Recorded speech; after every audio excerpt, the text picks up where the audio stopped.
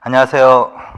자, 요번 시간에는 이제 현대사회 마지막으로 559쪽에서 각 연대별로 경제사회 문화를 같이 한번 읽읍시다. 이 부분은 현대사회는 이제 여태까지는 한두 문제 정도 나왔나?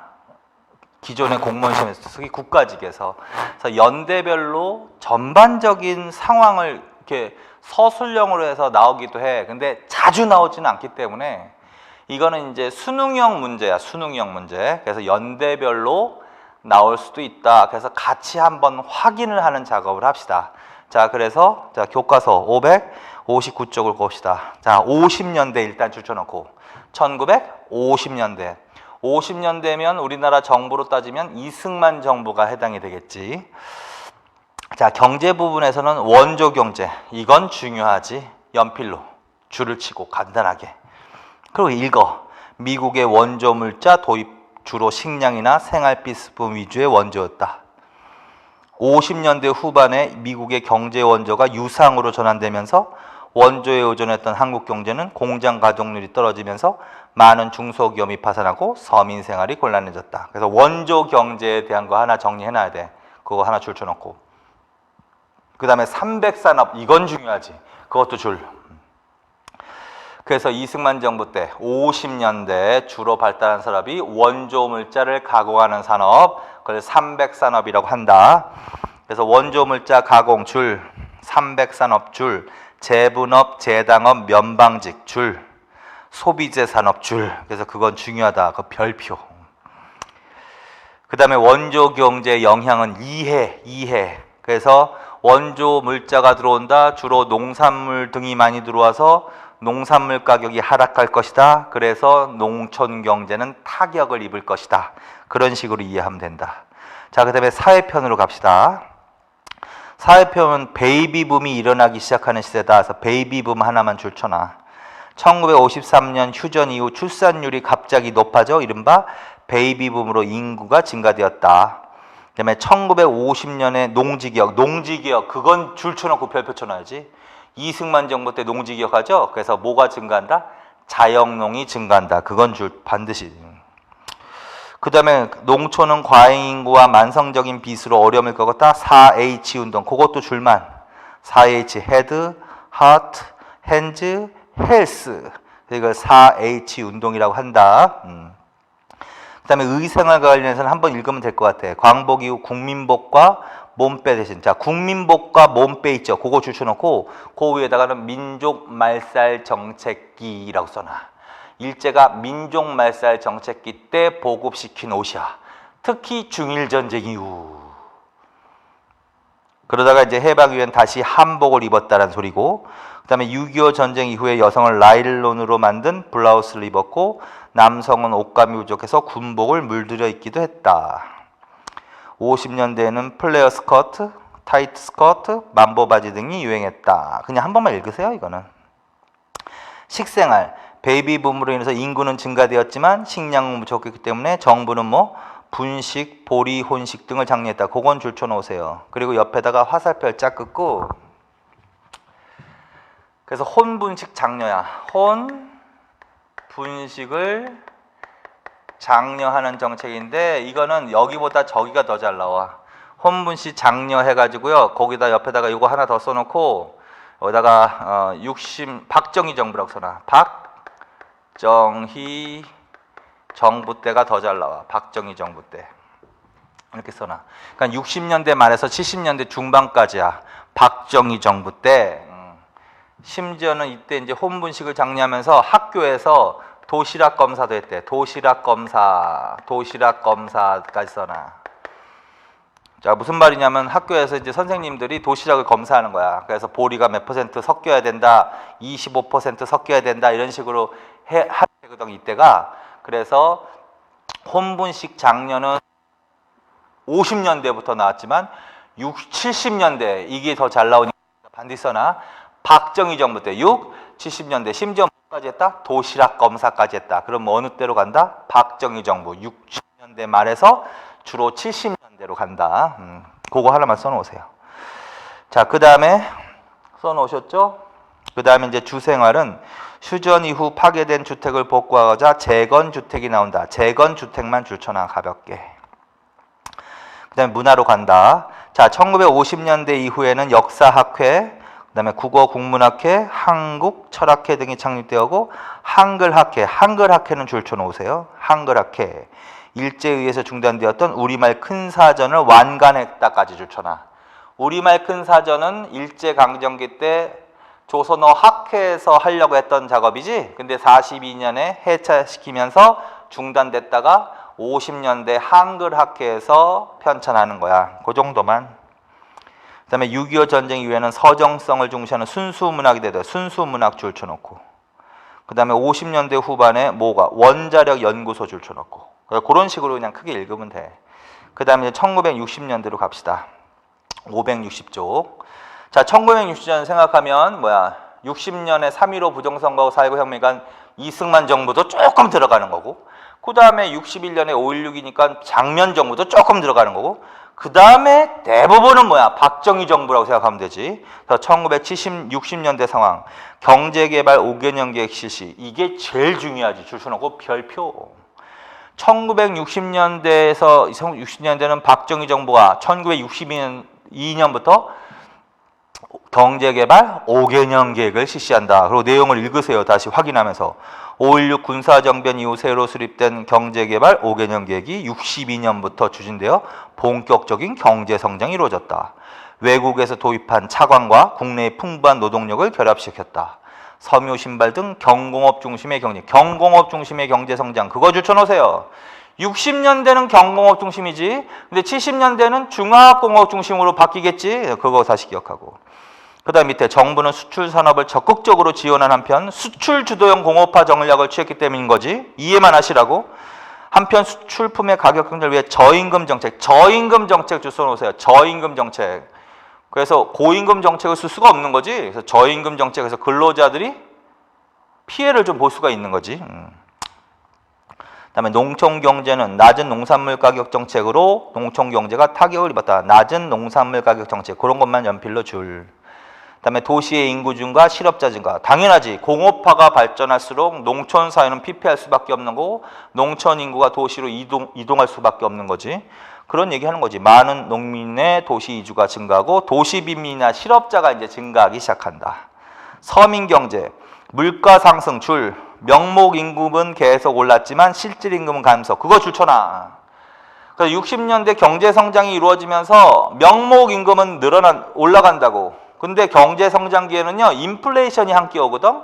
그게 물가 상승이라는 거야. 그래서 60년대 근로자들의 상황, 명목 임금은 어떻게? 증가하지만 함께 인플레이션, 물가가 상승하는데 그 물가 상승이 명목 임금 상승률보다 앞질렀단 말이야. 그래서 실질 임금은 오히려 감소한다. 그래서 여전히 고통에 시달린다. 이렇게 의미를 이해해야 돼. 그 다음에 이제 땅값과 집값, 전세, 월세 상승, 물가 상승으로 서민 생활이 어려워졌다. 그 다음에 이제 사회로 갑시다. 가족계획 사업 실시, 그거 줄. 정부는 가족계획 사업을 실시해서 출산을 낮추려 노력했다. 출산율과 사망률이 모두 높았다.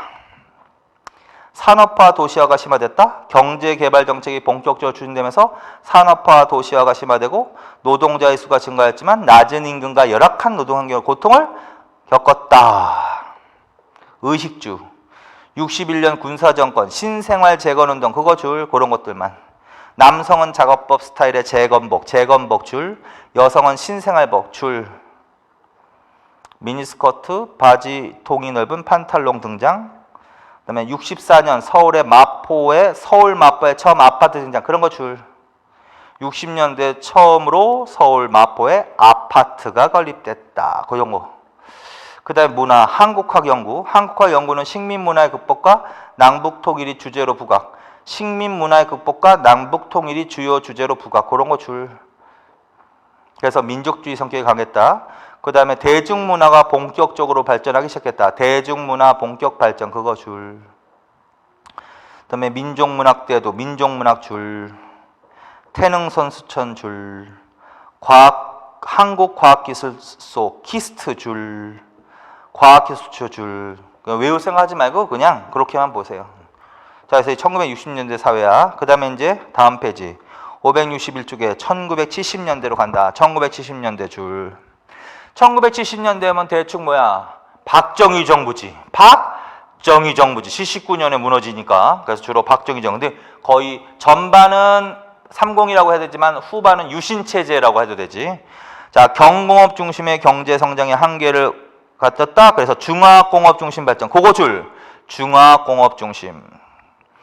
그래서 박정희 정부의 경제 정책은 60년대는 경공업 중심의 공업화 전략, 70년대에는 중화공업 중심. 그거 하셨죠? 그래서 그거 다시 줄. 그 다음에 수출 자유지역과 공업단지 조성. 그것도 줄. 마산, 이리가 지금의 익산이야. 마산, 이리, 익산, 수출 자유지역 줄. 울산, 포항, 창원, 여천, 여수, 구미, 새로운 공업단지 그거 줄.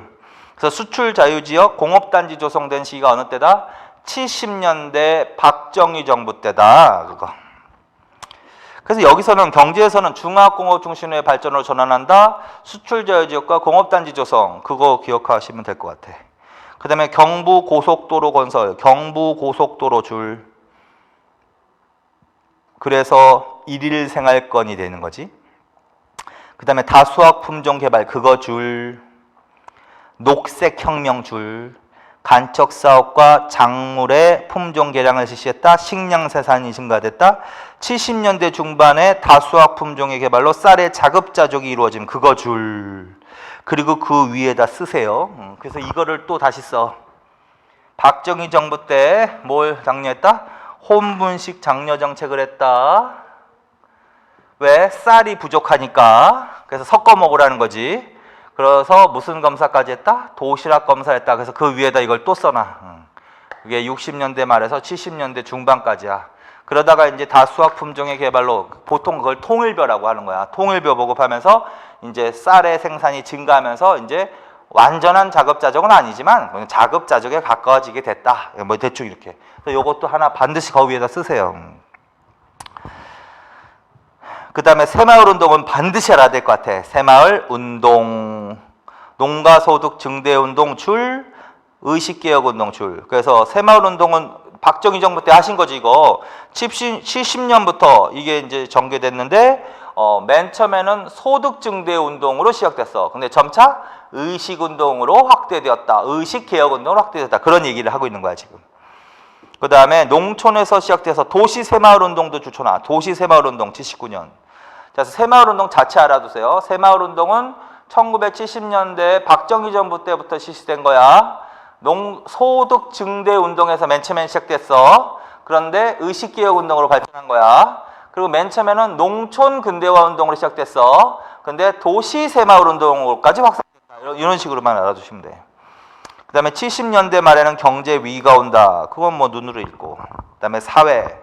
이거 두 개 기억해야 될 것 같아. 반드시 줄. 전태일 분신 사건과 YH 무역 여성 노동자 사건. 이게 70년대 노동운동으로 나오는 거야. 이거는 반드시 나올 수 있는 거죠. 그래서 박정희 정부 때 70년대 노동운동하면 전태일 분신 사건, YH 무역 여성 근로자 사건.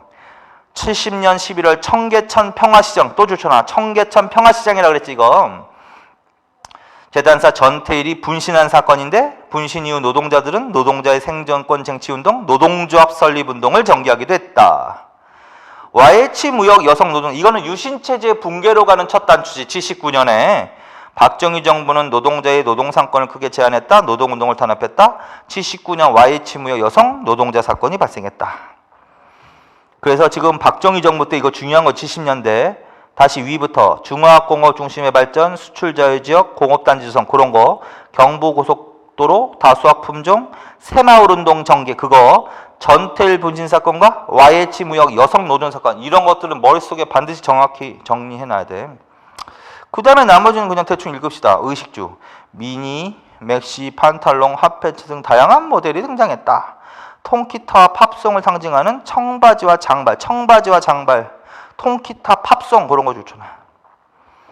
여성복이 맞춤법 시대에서 기성복 시대로 넘어가는 시대다. 1970년대 중반에 쌀의 자급은 달성되었으나 오히려 밀, 옥수수, 콩 등의 수입은 더욱 증가했다. 강남과 잠실, 줄초나 강남과 잠실, 아파트 단지 줄. 60년대 처음 서울 마포에 아파트가 성립된 거 아까 읽으셨죠? 그다음에 70년대는 대규모 아파트 단지가 조성되는 거야. 그래서 강남과 잠실 등지 그런 것만. 그다음에 반면에 서울의 높은 지대와 변두리의 달동네 줄. 이게 우리나라 다 현대사지. 자, 문화, 탈춤과 사물놀이 줄. 70년대 이후 무비판적으로 수용하였던 서구 문화에 대한 반성이 일어나 전통 문화를 되살리려는 노력, 그거 줄 쳐놓으세요. 전통 문화 운동이야, 전통 문화. 그래서 대학가 중심으로 뭐가 유행했다? 탈춤과 사물놀이 줄. 그다음에 대중문화도 더 성장한다. 그건 읽기만 해. 70년대 접어들면서 TV로 반영된 가요, 드라마, 코미디가 대중문화의 중심이 되었고 청소년 등이 본격적으로 대중문화 소비의 주인공으로 되었다. 민족문화 확산, 그것도 좋잖아. 민족문화 확산, 문학의 장르가 다양해지고 독자적층이 넓어졌다.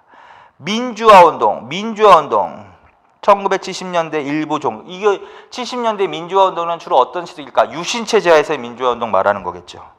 자, 그래서 그 정도. 자, 그 다음 이제 넘깁시다. 자, 80년대로 갑시다. 80년대 줄. 80년대는 정부로 치면 어떤 정부일까? 전두환 정부가 해요. 80년 물론 5.18 광주 민주화운동부터 시작해서 신군부, 그다음에 81년부터 87년까지 전두환 정부가 가장 많이 해당이 되고, 그 다음에 88년, 89년 해가지고 노태우 정부 약간 걸치는 거지. 자, 그래서 80년대는 뭐야? 구조조정, 그거 줄. 구조조정이라는 정책은 IMF 때만 나오는 게 아니야. 80년대부터 나오기 시작하는 거야. 그래서 구조조정 줄. 자, 그 다음에 3조 호황, 이거는 중요하다 그랬지? 줄쳐놔. 3조 호황. 그래서 전두환 정부 할 때 말씀드렸죠. 80년대 전반까지는 뭐야? 마이너스 성장을 이뤘지. 그게 이제 70년대 말에 2차 오일 쇼크, 그 다음에 중화공업 투자에 대한 중복 과잉 문제 발생. 그래서 결국 뭐다? 경제 사정이 안 좋았다. 그러다가 이제 80년대 중반에 뭐야? 3저 시대가 온다. 저금리, 저유가, 저달러. 저달러 대신에 앵고. 그래서 수출이 늘고 수출 호황기란 말이야. 그래서 이때 신문에 그런 타이틀로 기사가 나게 됐대. 단군 이래 최대의 호황이라고. 그래서 이 3저가 우리나라 수출에 굉장히 도움을 많이 주는 건데, 이 세계가 경제 변수인데 거기에 딱 3저가 되기가 힘든데 우연찮게 3저가 딱 된 거야. 그래서 수출이 일었다. 국제 수지가 흑자가 된다. 그래서 이때 물가가 경제 성장이 이루어진다. 그런데 이때 특징은 뭐냐면 경제 성장도 이루어지지만 뭐야? 물가 안정도 이루어진 시기다. 전두환 정부로 가도 되는 거지. 80년대로 가도 되고. 그래서 그거 해놓고 경제력 집중 심화, 경제 개방 정책, 그런 것들은 눈으로 읽으십시오. 그 다음에 사회로 갑시다. 노동조합 설립 증가. 전두환 정부 시기에도 노동조합조차 제대로 조직할 수 없는 상황이었으나 1987년 고줄초나 거기서부터 끝까지 1987년 6월 항쟁 이후, 1980 6월 항쟁이 중요한 거지. 6월 항쟁. 전국적으로 수많은 노동조합이 새로 결성되기도 하였습니다. 시민운동 활성, 시민운동 줄. 그리고 읽어. 6월 항쟁 이후 시민운동단체 NGO가 증가라고 합시다. 증가하면서 시민운동이 활성화되었습니다. 그 다음에 사회, 경제, 민주화와 삶의 질 향상 등 사회 문제 해결에 노력했다.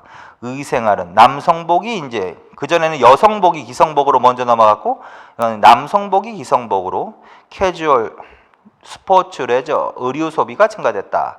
컬러 TV의 영향으로 의복 색상이 화려해 다양해졌다. 식상활의 서구화 현상, 밀가루 음식 소비가 증가하고 쌀 생산이 과잉됐다. 오히려 이때는 가공식품, 동물성 식품 섭취량 증가, 영양 불균형과 영양 과잉으로 생활 습관병과 비만이 문제가 되었다. 아파트 단지 건설 재개발, 서울과 수도권 도시 지방 대도시 곳에 아파트 단지가 건설되었다. 달동네 판자촌도 재개발 좋잖아. 재개발. 언론 통제, 당연히 80년대 언론 통제하는 시대야. 박정희 정부도 그렇고 전두환 정부도 강제로 언론 통폐합했다. 비판적인 언론인들을 구속하거나 해직시키는 등 직접적인 언론 탄압을 강행했다. 특히 전두환 정부는 보도 지침 줄쳐나. 언론의 보도 내용까지 강제로 규정했다. 그래서 결론, 전두환 정부는 언론 통제한 정부라는 거지. 박정희 정부도 마찬가지고. 그러면 이승만 정부 때는 안 그랬을까? 마찬가지야. 그러니까 결국 비민주적인 정치라는 정부는 거의 다 그러고, 어느 때 우리나라가 민주화가 되는 거냐면 6월 항쟁으로 민주화가 되는 거야. 그래서 노태우 정부 때부터는 이제 민주화해서 민주화 운동 이렇게는 말을 안 한다고. 그래서 전두환 정부 때까지 비민주적인 민주화 정부에 대항해서 민주화 운동이 일어난다. 그럼 언론 통제가 맞는 거죠, 뭐. 그다음에 언론 자유 확대, 6월 항쟁. 그래서 다 6월 항쟁 거치면서잖아. 6월 항쟁 거치면서. 그다음에 고등교육 대중화, 대학 증가. 그건 출처나. 그래서 고등교육의 대중화를 위해서 대학이 많이 설립되었다. 80년대. 그래서 민중문화활동 줄. 1980년대 이후 정치적 민주화와 사회적 경제적 평등의 확대를 지향하는 민중문화활동이 민중문화활동 주천화. 그다음에 민족문화의 확대는 눈으로 읽고 민중예술활동도 눈으로 읽으시고. 그래서 공통적으로 80년대 민중문화활동이 확대되었다. 이렇게. 자, 근데 마지막으로 90년대로 갑시다. 1990년대 경제사회문화. 자, 경제. 우루과이 라운드 협정 타결. 이거는 뭐 알아도 줄쳐놓고. 이거는 이제 김영삼 정부로 가는 거죠. 그래서 보호무역주의를 철폐한다. 문호를 개방하는 것을 확대한다. 그런 내용으로 나와야 된다. 우루과이 라운드 타결. 김영삼 정부. 그리고 눈으로 읽어. 94년 우루과이 라운드 협정 타결. 95년에 세계 무역기구 WTO 출범. 그것만 줄쳐놔. 세계 무역기구 WTO. 상품과 자본의 자유로운 이동 중시. 그거 줄. 우리나라는 공산품 수출이 확대된 반면에 쌀 시장과 서비스 시장은 개방되었다. 그래서 농수산물 시장 개방에 이어 쌀 시장까지 개방됐다. 그래서 90년대로 접어들면서 우리나라 문호가 더욱더 개방이 확대된다. 이런 식으로만 이해하면 된다. 그와 관련된 게 뭐다? 우루과이 라운드 타결, 그 다음에 WTO 출범. 농민들은 각지에서 농민회를 조직하고 농산물 수입 개방 반대, 그 다음에 농가 부채 해결 등을 요구하는 농민운동을 전개했다. 사회. 90년대로 가면서 이제 출산율과 사망률이 감소하기 시작했다라는 거지. 국제노동기구 ILO 가입 그런 거 줄. 노사정위원회 설치 그건 줄쳐놓고 반드시 외우시고. 김대중 정부 때 노사정위원회 1998년 노사정위원회. 그다음에 시민운동의 국제화 그거는 한번 읽고 국제 경제 환경 노동 통일 등 시민운동이 다룬 문제도 국제화되기 시작했다. 그러니까 80년대부터 시민운동이 이제 등장하기 시작한 거죠. 좀 확대되기 시작한 거죠. 그런다가 이제 90년대는 국내 문제뿐만 아니라 이제 국제 문제로 그 주제 의식이 확대된다. 그런 얘기로 이해하면 되지 뭐. 그 다음에 국제적 연대를 통한 문제 해결을 적극 모색하였고 여성, 빈민층, 외국인 노동자 등 소수자, 약자를 보호하려는 활동도 활발히 전개되었다. 식생활, 안전하고 건강한 식품을 찾는 사람들이 증가, 무공해라고 해야 되겠다. 무공해 유기 농산물에 대한 관심이 증가하였다. 그 다음에 신도시 건설, 신도시 줄. 서울 주변에 대규모 아파트 단지를 중심으로 한 신도시 건설이 이루어졌다. 문화, 1990년대 이후에 언론은 상업주의 경향 및 편향적인 정보의 취사 선택으로 인해서 언론의 정화와 사회적 책임을 요구하는 여론이 높아졌다. 90년 이후 종교계는 시민운동 등에 다양하게 참여하면서 포교 활동은 물론 갈등과 투쟁을 지향하고 사랑과 화해를 위한 노력. 이게 다 고등학교 교과서용이란 말이야. 그래서 가끔가다 수능형 문제가 출제가 되면 이렇게 연대별로 이런 식으로 전반적으로 정치, 경제, 사회문화 전반적인 문장이 나올 수가 있어. 근데 딱 한 번 나왔어. 그런 게. 그렇게 딱 한 번 나왔고 아마 올해 법원 서기보직에서 한 번 나온 적이 있는 것 같아.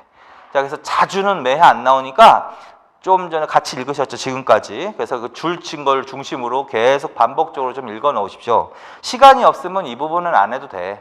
왜냐면 자주 나오지 않기 때문에. 그러나 시간이 있다면 시험 전에는 시간을 빼야지 뭐 어쩌죠. 시간을 빼서라도 한 번을 읽어 놓으면 혹시 모를 것에 대비하는 거죠. 그래서 지금 90년대까지 같이 읽으셨죠? 그리고 줄을 쳐놨지? 그래서 그걸 중심으로 계속 한 번만 읽어보세요. 그러나 통일 외교 정책까지 그 부분까지 열심히 정리해 놓으시면 돼.